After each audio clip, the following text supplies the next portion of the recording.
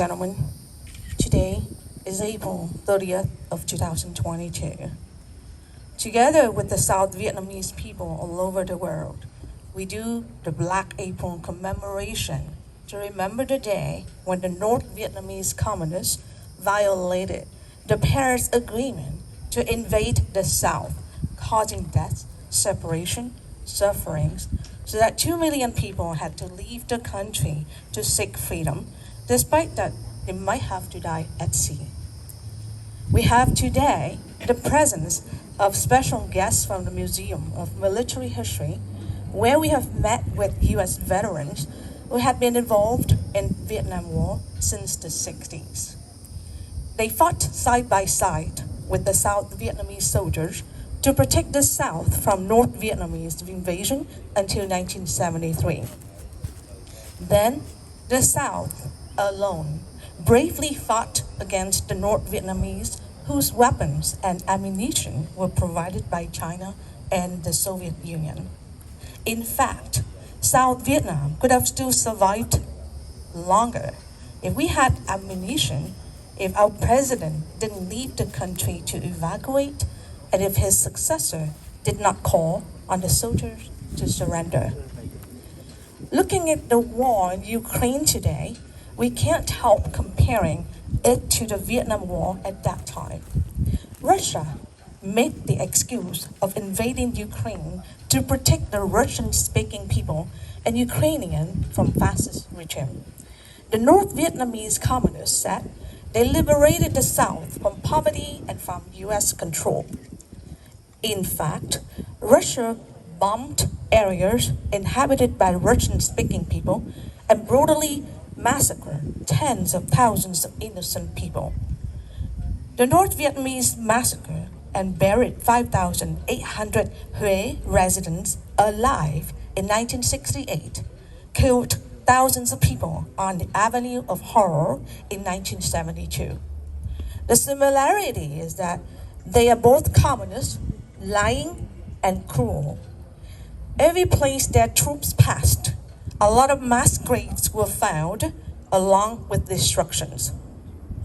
The difference is Ukraine has support of 40 countries financially, militarily, especially the European Union, the United States, the United Kingdom, Canada, Germany, etc. The US alone so far has provided $4 billion in aid in the $11 billion plan. And right now, 33 billions are pending to get approval. Countless advanced weapons such as heavy artillery, howitzer, tactical drones, shoulder-held anti-tank weapons, etc. were provided. Now, for the European Union, in addition to humanitarian reasons, it is clear what will happen to their own countries if Ukraine falls into the hands of Russia. Russia will not stop there. So, to protect Ukraine is to protect themselves. What about the United States? As NATO leader, as the world's #1 power, supporting Ukraine is the right thing to do to prevent the Soviet Union from being re-established.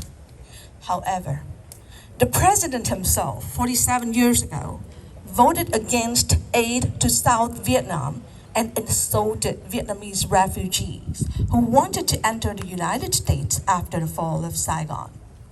Perhaps he was thinking the same way as the anti-war movement at that time that wanted to end the war as quickly as possible and to freeze aid.